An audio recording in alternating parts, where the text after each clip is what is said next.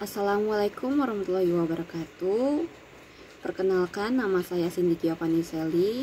Saya akan membagikan review mengenai kelas CSAP atau kelas sertifikasi Self Acceptance dari Adam Institute. Pada dasarnya, di sini kelas dari Adam Institute itu mempelajari bagaimana penerimaan diri mengenai pengertiannya, komponennya, tahapannya, ciri-ciri sampai aspeknya. Kalau kalian dari jurusan psikologi atau sedang mendalami jurusan psikologi, pasti kenal yang namanya self acceptance. Self acceptance ini banyak ya dari tokoh-tokoh yang diambil dari pemateri, yaitu Harlock, Rubin, dan Schultz atau Kaplan. Hampir sama sih intinya, merupakan kemampuan dan keinginan individu dalam menerima dirinya dan dapat mengatasi adaptasi dirinya, terutama dalam masalah adaptasi, juga meningkatkan potensinya. Itu intinya. Kalau kita mengenal komponennya, di sini ada beberapa ya. Di antaranya self insight, bagaimana kita mendapatkan keinginan untuk lebih baik, terus memahami nilai penting pada keinginan kehidupan kita, merubah hidup yang lebih baik atau menghadapi masalah-masalah yang ada, beradaptasi sampai mendapatkan social support atau yang dapat mendukung kamu gitu. Kalau untuk tahapannya kita nggak perlu terlalu panjang, tapi di sini ada 5 sebetulnya. Awalnya mungkin kita merasa nggak nyaman dengan hal-hal yang terburuk pada diri kita, terus kita mencoba melawannya. Ya, entah itu bahasa zaman sekarang itu denial atau melarikan diri dari kenyataan. Ada lagi yang namanya itu mungkin kita coba cari cara lain supaya kita menjauhi kekurangan kita, dan akhirnya kita mencoba toleransi.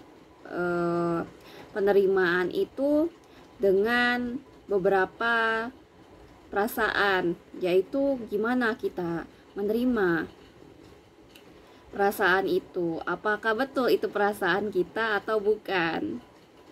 Nah, di situ kita mulai cari bagaimana cara menerima perasaannya dan mulai terbuka lah intinya, mulai move on kalau bahasa zaman sekarang. Terus akhirnya kita tahu kalau yang buruk itu ternyata ada nilainya loh, ada apa namanya tuh, nilai terbaik untuk kita belajar di kehidupan berikutnya gitu. Bukan kehidupan ya, tapi lebih kepada masa selanjutnya. Kalau kehidupan itu terlalu jauh, itu namanya reinkarnasi, kejauhan.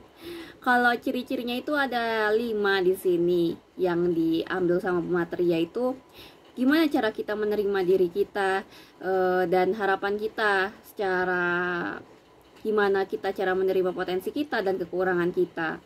Terus gimana kita caranya merefleksikan diri kita dan mengevaluasi apa yang harus dievaluasi dan mana yang harus dibuang jauh-jauh atau dikurangi lah kalau bahasanya. Kalau dihilangkan itu terlalu berlebihan.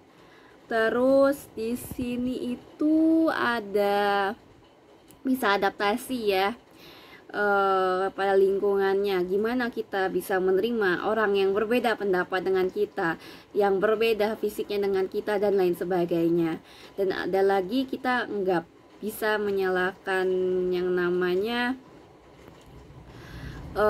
potensi kita cuma gara kekurangan kita, dan tahu standar. Lalu yang terakhir itu ada potensi yang bisa kita tingkatkan.